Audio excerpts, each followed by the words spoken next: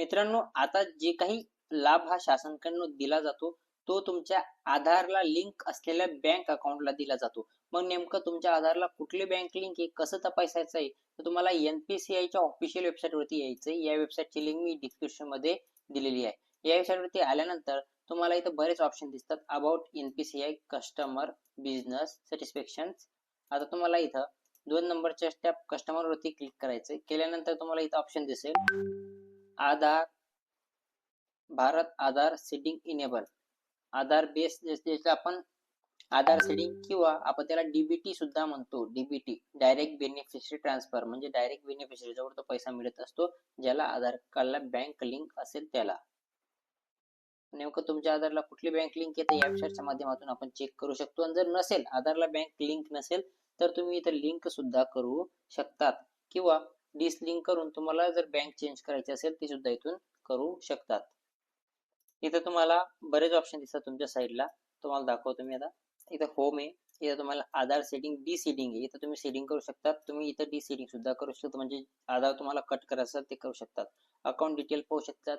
आधार map status पाहू शकतात. म्हणून तुम्ही किती वेळा सेटिंग केलं, किती वेळा डी सेटिंग केलं, कुठली बँकला लिंक आहे ते. आता मी तुम्हाला पहिले तर सेटिंग आणि डी सेटिंग वरती क्लिक करून दाखवतो. तिथे आपल्याला नेमकं काय काय पाहायला मिळतं. तर इथं सुरुवातीला तुम्हाला जर सीडिंग करायचं असेल एखादी बँक, तुमचा आधार कार्ड क्रमांक टाका. इथं सीडिंग वरती क्लिक करा. इथं बँक निवडा.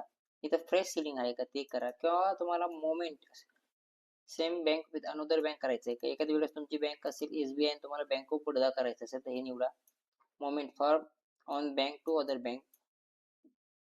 आता तुम्हाला इथं अकाउंट नंबर कन्फर्म, इथं अकाउंट नंबर टाका. तोच अकाउंट नंबर कन्फर्म करा. इथं क्लिक करा.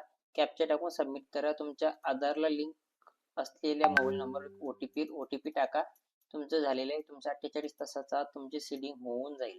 नंतर आपण मॅप हिस्ट्रीवरती जर क्लिक केलं तर आपल्याला तुम्हाला ती हिस्ट्री पाहायला भेटेल. ती हिस्ट्री मी तुम्हाला दाखवतो कशा प्रकारे आपल्याला पाहायला मिळते.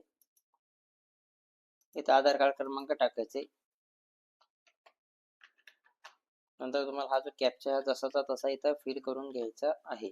नंतर चेक स्टेटस वरती क्लिक करायचे.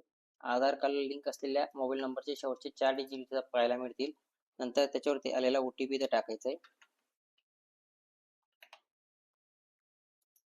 OTP टाकल्यावर तुम्हाला इथं स्टेटस सर्व.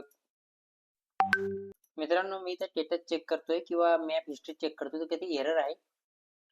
काही वेळा एरर चालू असतो, काही वेळा मेंटेनन्सचं काम चालू असतं तर चेक होत नाही. पण इथं प्रॉपरली साईट काम करत असते. तुम्ही प्रॉपरली चेक करू शकतात. तर मी आशा करतो तुम्हाला व्हिडिओ समजला असेल. या व्हिडिओमध्ये एवढंच. भेटूया पुढच्या व्हिडिओमध्ये. जय हिंद, जय महाराष्ट्र.